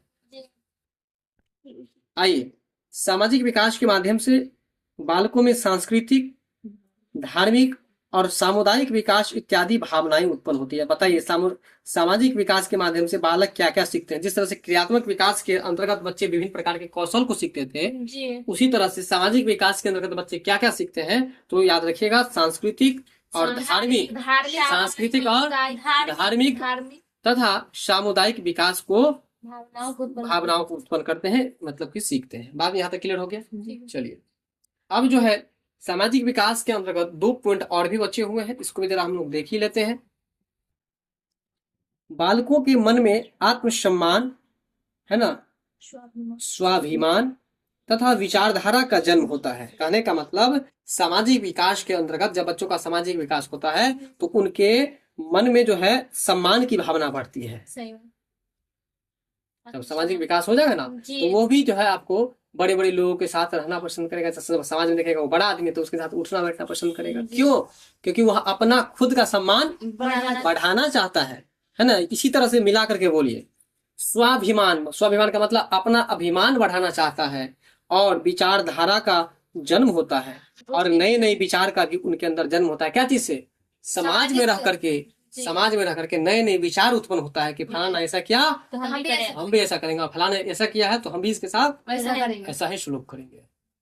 बात समझ में आ रहा है ना? तो ये सामाजिक विकास का प्रमाण है। सामाजिक विकास से बच्चे जो है आपको संस्कृति का भी ज्ञान सीखता है, धर्म का भी ज्ञान सीखता है और सामुदायिक विकास मतलब समुदाय में हम किस तरह से रहेंगे, समाज में कैसे रहेंगे, उसकी भी भावना सीखती है। आत्मसम्मान की भावना बढ़ती है, स्वाभिमान की भावना बढ़ती है, इसके साथ नई नई विचारधारा का भी जन्म होती है।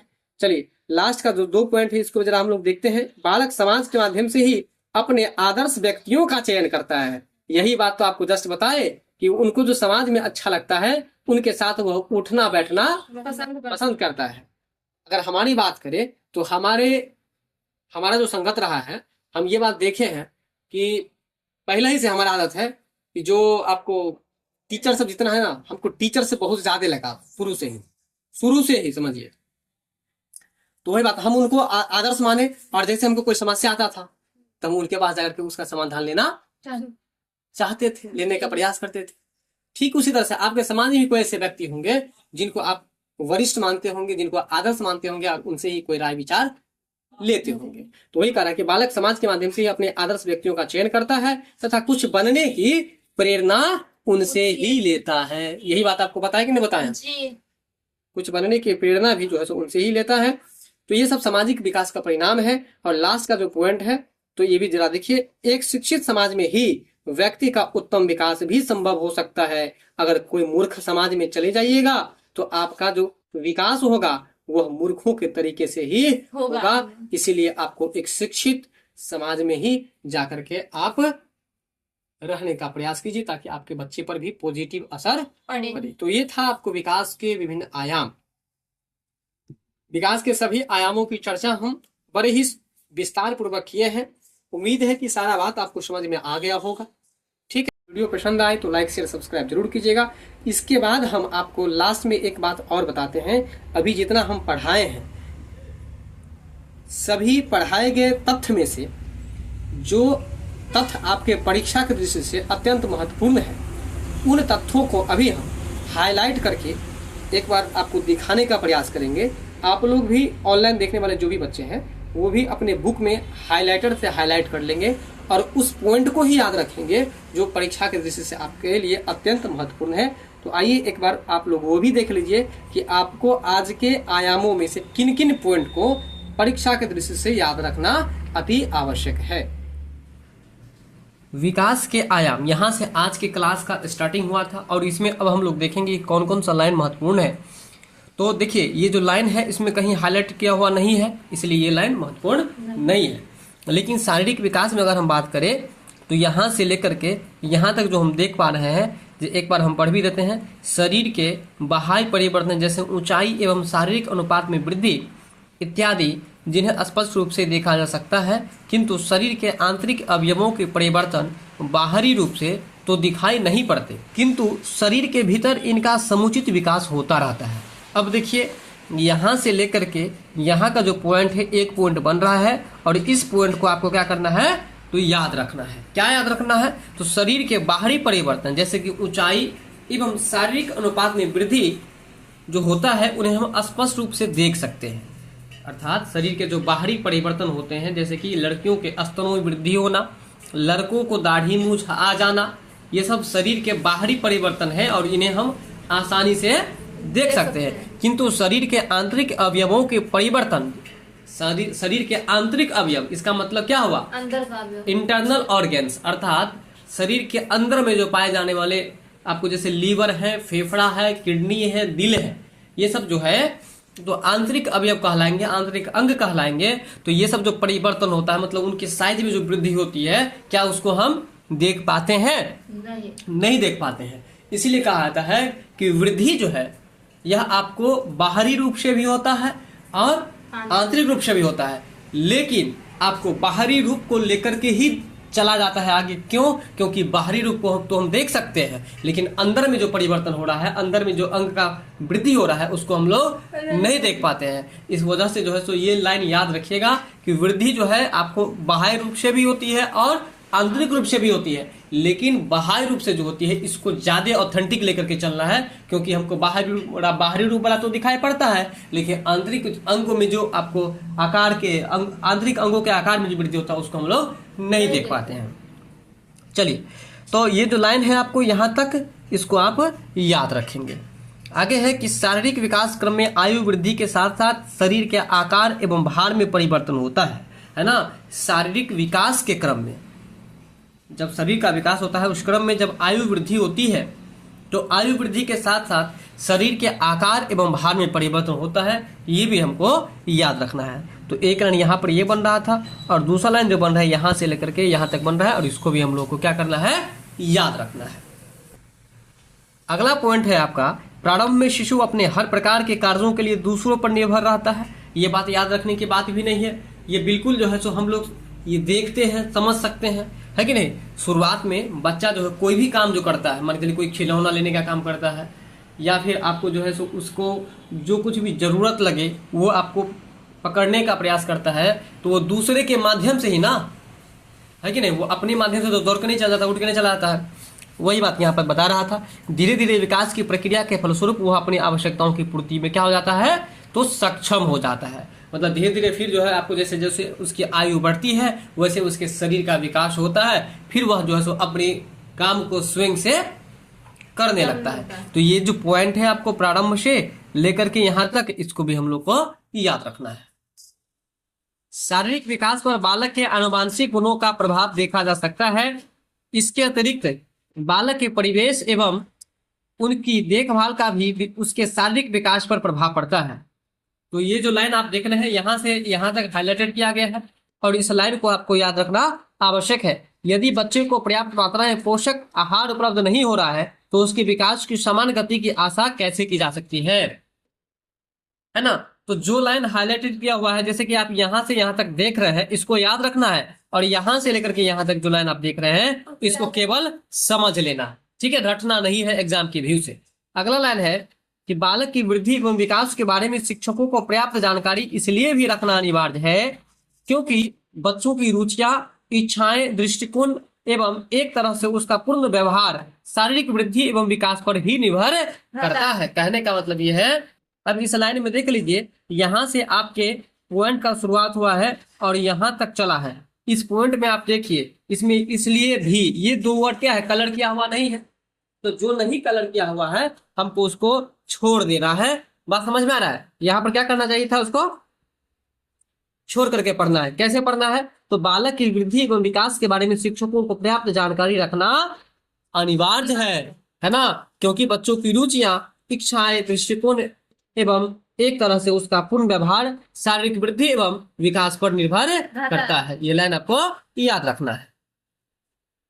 फिर आगे है, बच्चों की शारीरिक वृद्धि एवं विकास के सामान्य ढांचे से परिचित होकर अध्यापक यह जान सकता है कि विशेष आयु स्तर पर बच्चों से क्या आशा की जा सकती है। ऊपर की ही बात को यहाँ पर नीचे रिपीट किया गया है। इसे बताया गया है कि अगर शारीरिक वृद्धि और विकास के बारे में शिक्षकों को जानकारी हो तो वह किसी भी बच्चों के ढांचे को, ढांचा मतलब शारीरिक रूप को देख करके वह जान सकता है कि इसके आयु के हिसाब से जो है आपको इसका विकास हुआ है या नहीं हुआ है, या फिर किस आयु में किस बच्चों का शारीरिक विकास किस तरह से होना चाहिए, इसकी जानकारी शिक्षकों को हो जाती है। तो इस बात को यहाँ पर फिर से रिपीट किया गया है, बस समझ लीजिएगा। आगे है संज्ञानात्मक या मानसिक विकास अर्थात कॉग्निटिव और मेंटल डेवलपमेंट से तात्पर्य बालक की उन सभी मानसिक योग्यताओं एवं क्षमताओं में वृद्धि और विकास से है जिसका प्रयोग अधिगम करने, समस्याओं का समाधान करने तथा वातावरण में समझौत स्थापित करने में किया जाता है। कहने का मतलब यहाँ पर ये जो है आप देख पा रहे हैं, हाईलाइट किया हुआ कौन सा वर्ड है, कौन सा लाइन है और कौन सा हाईलाइट किया हुआ नहीं है। तो यहाँ पर आप देख रहे हैं कि पूरा का पूरा जो है हाईलाइट किया हुआ है। यहाँ जो है सो और जो है ये आपको ये भी पढ़ना है और ये भी पढ़ना है, ठीक है। तो इस लाइन को आप यहाँ से लेकर के यहाँ तक याद रखिएगा। फिर आगे है कल्पना करना, स्मरण करना, विचार करना, निरीक्षण करना, समस्या समाधान करना, निर्णय लेना इत्यादि की योग्यता संज्ञानात्मक विकास के फलस्वरूप ही विकसित होते हैं। तो ये भी लाइन आपको यहाँ जो पॉइंट देख रहे हैं यहाँ से लेकर यहाँ तक आपको याद रखना है। इसके बाद है जन्म के समय बालक में मानसिक योग्यताओं का अभाव होता है, किंतु आयु बढ़ने के साथ साथ उसमें मानसिक विकास की गति भी बढ़ती रहती है, ठीक है। ये भी लाइन आपको याद रखना है। संज्ञानात्मक विकास के बारे में शिक्षकों को पर्याप्त जानकारी इसलिए होनी चाहिए, है ना, इसलिए होनी चाहिए क्योंकि इसके अभाव में वह बालकों की इससे संबंधित समस्या का समाधान नहीं कर पाएंगे। तो यहां पर जो है इसलिए को हम क्या किए हैं, अब देखिए ध्यान से, इसलिए को क्या किए हैं, छोड़ दिए हैं। इसको हम कलर नहीं किए हैं, तो कलर नहीं किया तो आप इसको पढ़िएगा ही नहीं, ठीक है ना। इसके अलावा देखिए ये बीच बीच में कहीं कहीं जो वर्ड आएगा ना, जो वर्ड छोड़े होंगे तो वर्ड को नहीं पढ़ना, वर्ड छोड़ देना है। लेकिन इसके अलावा जो लाइन आपके सामने नजर आएगा पूरे लाइने पर समझिए कि हम अंडर ये नहीं किए हैं, कलर नहीं किए हैं, तो इसका मतलब है कि ये नहीं, जो उसको भी हम छोड़ देंगे, है ना। उसको क्या करेंगे, उसको हम समझ करके छोड़ देंगे, बस समझ लेंगे, याद नहीं करेंगे। अब कहीं कहीं बीच में जो वर्ड सब छोड़ दिए हैं तो वर्ड के लिए कोई बड़ी बात नहीं है, एक दो वर्ड, एक दो वर्ड अगर छोड़ा हुआ होगा तो समझ लीजिए कि इसको छोड़ना है, और जब पूरा लाइन ही छोड़ा हुआ है तो समझ लीजिए कि उसमें केवल समझने की बात है, छोड़ना नहीं है उसको। क्लियर? नहीं समझे मेरी बात? संज्ञानात्मक विकास के बारे में शिक्षकों को पर्याप्त जानकारी होनी चाहिए, इसलिए को छोड़ दिए। देखिए एक ही वर्ड था, इसी तरह से एक दो वर्ड कहीं बीच में अगर छोड़ा हो तो उसको छोड़ ही देना है। इसके अलावा जैसे कि अभी देख लीजिए, यहां से यहां तक लाइन देख रहे हैं ना, आप कहिएगा कि सर इस पर भी कलर नहीं किए हुए हैं, आप इसको भी छोड़ देंगे। नहीं, इसको नहीं छोड़ना है, क्योंकि एक दो वर्ड थोड़ी ना छोटा हुआ, कितना ज्यादा वर्ड छोटा हुआ है। इसलिए ये जो लाइन है यहां से यहां तक, इसको आपको रटना नहीं है, बस इसको समझ लेना है। बात समझ में आ गया होगा? ठीक है। यदि कोई बालक मानसिक रूप से कमजोर है तो इसके क्या कारण है, यह जानना उसके उपचार के लिए आवश्यक है। तो ये बात आपको क्या करना है, समझना है। फिर आगे है, विभिन्न अवस्थाओं और आयु स्तरों पर बच्चों की मानसिक वृद्धि और विकास को ध्यान में रखते हुए उपयुक्त पाठ्य पुस्तकें तैयार करने में भी इससे सहायता मिल सकती है। अब इस लाइन को भी क्या करना है, समझ करके छोड़ देना है। आगे है संवेगी विकास। संवेग जिसे भाव भी कहा जाता है का अर्थ होता है ऐसी अवस्था जो व्यक्ति के व्यवहार को प्रभावित करती है। भय, क्रोध, घृणा, आश्चर्य, स्नेह, खुशी इत्यादि संवेग का उदाहरण है। बालक में आयु बढ़ने के साथ ही इन संवेगों के उचित प्रक्षेपण और नियंत्रण की योग्यता का विकास होता है। फिर आगे है, संवेगात्मक विकास मानव वृद्धि एवं विकास का एक महत्वपूर्ण पहलू है। संवेगात्मक विकास जो है मानव वृद्धि और विकास का क्या है, एक महत्वपूर्ण पहलू है। बालक का संवेगात्मक व्यवहार उसकी शारीरिक वृद्धि एवं विकास को ही नहीं बल्कि बौद्धिक, सामाजिक, नैतिक विकास को भी प्रभावित करता है। अब देखिए इस लाइन को जो याद रखिएगा, इसके बारे में हम बताते हैं। पहले यहां से लेकर के यहां तक आप याद कर लीजिएगा, फिर यहां से लेकर के तब यहां तक याद कीजिएगा। ठीक उसी तरह से यहां भी देखिए संवेग के बारे में आप क्या कीजिएगा, यहां से लेकर के पहले यहां तक याद कर लीजिएगा, फिर यहां से आप क्या कीजिएगा, ये याद रखिएगा भय से लेकर के, और उदाहरण है इसको पहले आप याद रखिएगा, फिर यहां से लेकर के तब जाकर के यहां तक याद रखिएगा। इस तरह से जब याद रखेंगे ना तो वो चीज याद हो जाएगा। बालक के संतुलित विकास में उसके संवेगात्मक विकास की अहम भूमिका होती है। ये पूरा लाइन याद रखना है आपको, ठीक है। बालक के संवेगात्मक विकास पर उसका पारिवारिक वातावरण भी बहुत प्रभाव डालता है, तो इस लाइन को भी याद रखना है। इसके बाद है, विद्यालय के परिवेश और क्रियाकलापों को उचित प्रकार से संगठित कर अध्यापक बच्चों को संवेगात्मक विकास में महत्वपूर्ण योगदान दे सकते हैं। इस लाइन में देखिए आप कहीं भी कलर किया हुआ है, नहीं किया हुआ है, नहीं किया है, आप क्या कर सकते हैं, इसको केवल समझ। मोटर डेवलपमेंट इसका अंग्रेजी हुआ, से आशय व्यक्ति के कार्य करने की शक्तियों, क्षमताओं और योग्यताओं के विकास से है। यहां पर आप क्या कीजिएगा सो बता देते हैं। यहां से आप शुरू कीजिएगा और यहां से शुरू करके आप यहां तक पहले याद कर लीजिएगा, ठीक है। यहां तक बात समझ गए। इसके बाद जो है, यहाँ क्रियात्मक शक्तियों, क्षमताओं, योग्यताओं का अर्थ ऐसी सारी गतिविधियों या क्रियाओं से है जिसको संपन्न करने के लिए मांसपेशियों एवं तंत्रिकाओं की गतिविधियों को संयोजन की आवश्यकता होती है।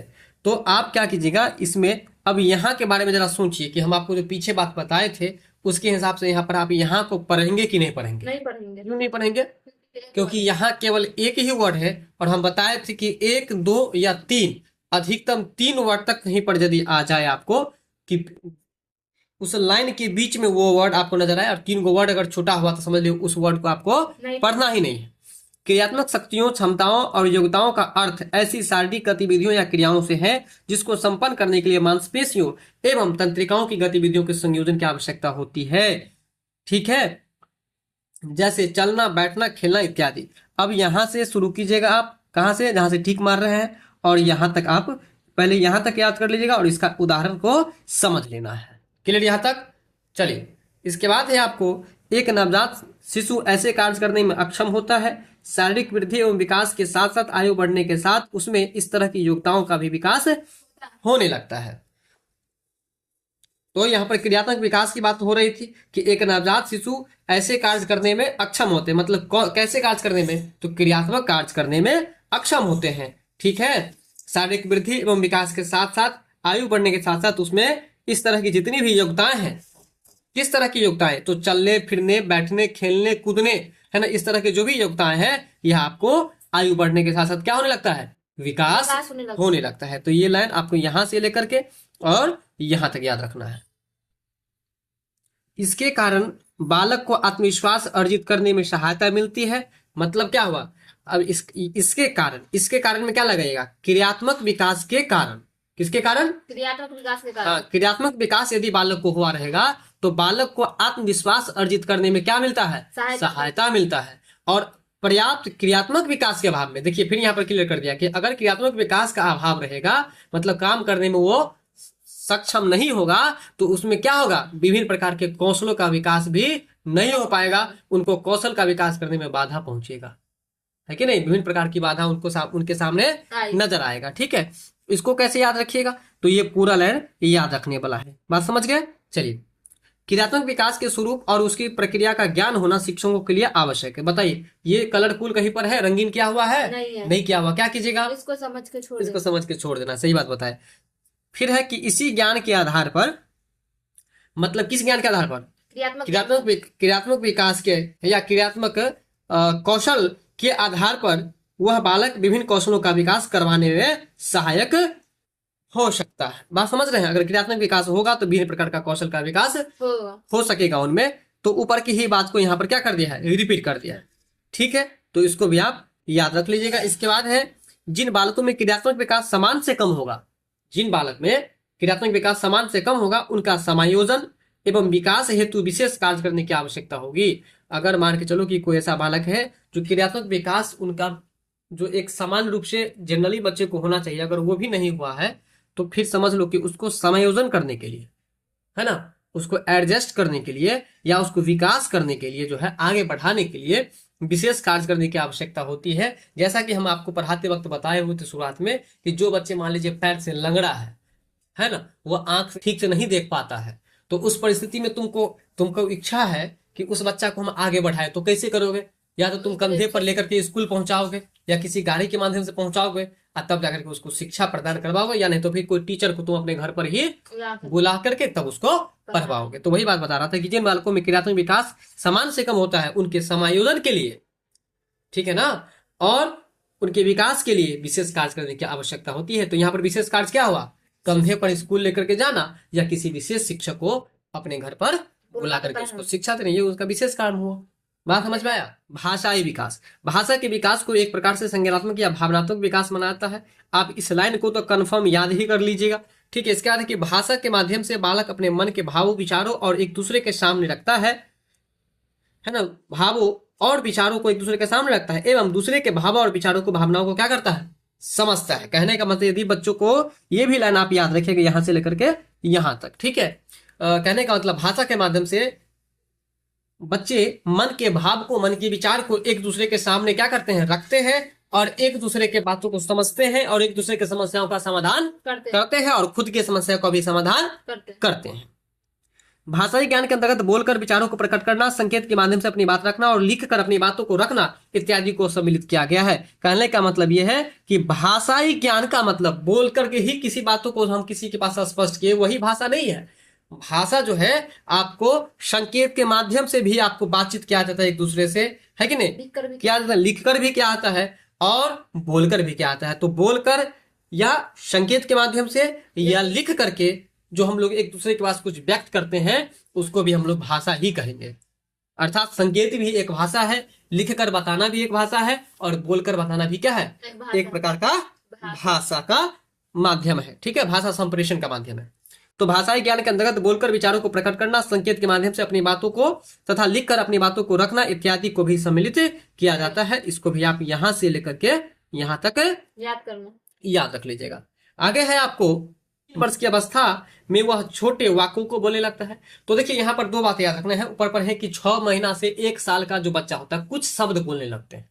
6 महीना से 1 साल का जो बच्चा होता है वो कुछ शब्द बोलने लगता है, लेकिन जब बच्चा 3 वर्ष की अवस्था में आ जाता है तब वह कुछ छोटे वाक्यों को क्या करता है? बोलने लगता है। जब 3 वर्ष की अवस्था में वो आ जाता है, याद रखना ये बात। तो ये बात आप याद रख लीजिएगा। ठीक है, इसको हम छोड़ दिए थे, तो अब इसको ध्यान रखिएगा कि बालक जब 6 महीना से 1 साल का होता है कुछ शब्द बोलने लगा। कुछ शब्द का मतलब कुछ शब्द है कि नहीं? दादा, चाचा, मामा, काका, ये सब। और यहाँ पर करा जब बच्चा 3 वर्ष का हो जाता है तो वह कुछ छोटे छोटे वाक्य बोलने लगते हैं। वहीं पर 15 से 16 के बीच जो है शब्दकोश की तीव्रता से विस्तार होने लगता है। यानी कि जब 15 से 16 वर्ष का बच्चा हो जाता है तो उसको शब्द के बारे में, है ना, बहुत ज्यादा शब्द के बारे में उनको जानकारी होने लगता है तथा शब्दों की समझ भी विकसित हो जाती है। बात समझे। ये 3 बात कौन कौन बात याद रखिएगा कि जब बच्चा 6 महीना से 1 साल का होगा तो कुछ कुछ शब्द याद बोलने लगता है, कुछ कुछ शब्द बोलने लगता है। जब बच्चा 3 वर्ष का होता है तो छोटे छोटे वाक्य बोलने लगते हैं। जब बच्चा 15 से 16 वर्ष के बीच में जाता है तो बहुत सारे शब्दों की जानकारी उनको होने लगती है और बहुत सारे शब्दों को वह समझने भी लगता है। तो ये भी बात आपको यहाँ से लेकर के यहाँ तक याद रखना है और यहाँ से लेकर के इसको भी याद रखना है। आइए, इसके बाद है आपको सामाजिक विकास। और सामाजिक विकास जो है आपको विकास के आयामों का यह 6ठा आयाम जो कि सबसे अंतिम आयाम है। सामाजिक विकास अर्थात सोशल डेवलपमेंट का शाब्दिक अर्थ होता है समाज के अंतर्गत रहकर विभिन्न पहलुओं को सीखना। अब देखिए, सबसे पहले ना आप लोग यहाँ से लेकर के यहाँ तक को याद कर लीजिएगा। फिर आगे है कि समाज के अंतर्गत ही चरित्र निर्माण, अच्छा व्यवहार यानी कि सद्गुण और जीवन से संबंधित व्यवहारिक शिक्षा इत्यादि का विकास होता है। अब यहाँ से लेकर के और यहाँ तक एक बार याद कीजिएगा, ठीक है। यहाँ तक चलिए, सामाजिक विकास की प्रथम संस्था परिवार है जो कि अत्यंत महत्वपूर्ण है, पहले ये बता चुके हैं, जिसे बालक की प्रथम पाठशाला भी माना जाता है। अब यहाँ से लेकर के और यहाँ तक याद रखिएगा। आगे है कि संबंध के दायरे में वृद्धि माता पिता एवं भाई बहन के अतिरिक्त दोस्त या मित्रों से जुड़ना। कहने का मतलब देखिए, एक तो होता है संबंध माँ बाप और भाई बहन का जो एक परिवार कहलाता है। एक परिवार का मतलब क्या हुआ, माँ बाप और भाई बहन। बात समझ में आ रहा है, वो मूल परिवार हो गया। इसके बाद यदि आपके परिवार में मान लीजिए 2 भाई बहन थे और एक पापा थे और एक मम्मी थे, तो आपका परिवार कितना परिवार हुआ, 4 परिवार हुआ। लेकिन उसमें जब किसी मित्र के माध्यम से आपका संबंध उस मित्र से बन गया, फिर आपके बहन का भी संबंध किसी और मित्र से बन गया, तो समझिए कि अब आपके रिश्ता में जो है वृद्धि हो गया। तो वो जो वृद्धि हो गया ना, तो वही बात बता रहे हैं यहाँ पर कि संबंध के दायरा में संबंध जो बढ़ता है लोगों को, वो किस माध्यम से बढ़ता है, मित्रता या दोस्ती के माध्यम से, ठीक है। तो ये भी बात याद रखिएगा।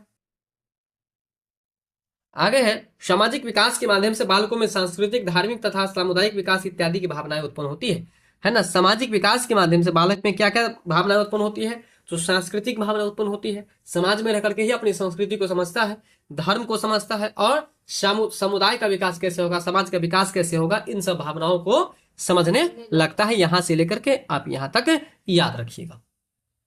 इसके बाद है आपको बालकों के मन में आत्मसम्मान, स्वाभिमान तथा विचारधारा का जन्म होता है। बालकों के मन में आपको समाज में रह करके, ये क्या बात बता रहा है, ध्यान सुनिएगा। बालकों के मन में आत्मसम्मान, स्वाभिमान और विचारधारा का जन्म होता है। कहां पर रह करके, यहां पर सीधे लिख दिया है आपको, समाज में रह करके। हाँ, सीधे लिख दिया है कि बालकों के मन में आत्मसम्मान बढ़ता है, नई विचारधारा आती है और स्वाभिमान यानी कि खुद का अभिमान बढ़ता है। लेकिन यहाँ पर एक लाइन और एक वर्ड और होना चाहिए, बालकों के समाज में रहने से, है ना। बालकों के समाज में रहने से, बालक जब समाज में रहते हैं तो उनमें आत्मसम्मान की भावना बढ़ती है कि नहीं, स्वाभिमान की भावना बढ़ती है और नई विचारधारा का भी जन्म उनके मन में होता है। तो इस बात को भी आप क्या करिएगा, याद रखिएगा, ठीक है। यहां से लेकर के यहां तक याद रख लीजिएगा। बालक समाज के माध्यम से ही अपने आदर्श व्यक्तियों का चयन करता है। बालक जिस समाज में रहता है उसी समाज में उनको देखिएगा कि कोई न कोई ऐसा व्यक्ति जरूर नजर आता होगा जो उनको अच्छा नजर आता होगा और उनके बात पर ही वो चलते भी होते हैं। तो उसी को देखिए, जिनको आप अच्छा समझ करके जिनके बातों का पालन करते हैं ना, उनको ही क्या कहा जाता है, आदर्श व्यक्ति। बात समझ रहे हैं। तो वही बात है कि बालक समाज के माध्यम से ही अपने आदर्श व्यक्तियों का चयन करता है, मतलब चुनता है। चयन करना मतलब चुनना, और कुछ बनने की भी प्रेरणा उनसे लेता है। अगर आपके समाज में कोई पुलिस या दरोगा बन गया तो उनको देख करके उनके जैसे ही हम लोग करने लगते हैं, साथ में जैसे जिन जिन मार्गों से वो गुजरे हैं उस मार्ग पर ही वो क्या करने लगते हैं, चलने लगते हैं। एक शिक्षित समाज में ही व्यक्ति का उत्तम विकास भी संभव हो सकता है। सही बात है। जो समाज शिक्षित होगा उस समाज में आप जब रहेंगे तो आपका विकास कैसा होगा, अच्छा होगा, यानी कि उत्तम होगा। कैसा होगा, उत्तम होगा। अगर आप मूर्ख समाज में रहेंगे तो आपका विकास भी कैसा होगा, मूर्ख के जैसे ही होगा। ठीक है। तो आज जितना भी हम पढ़ाए थे आपको, उसमें जो हमें महत्वपूर्ण लगा था वो आपको बताने का प्रयास किए हैं। ठीक है। तो उम्मीद है कि आपको सारी बात समझ में आ गया होगा। कौन कौन सा लाइन याद रखना है ये भी आपको समझ में आ गया होगा। तो वीडियो पसंद आया हो तो लाइक, शेयर और सब्सक्राइब जरूर कीजिएगा। मिलते हैं हम लोग अगले वीडियो में। के लिए बहुत बहुत धन्यवाद। जय हिंद।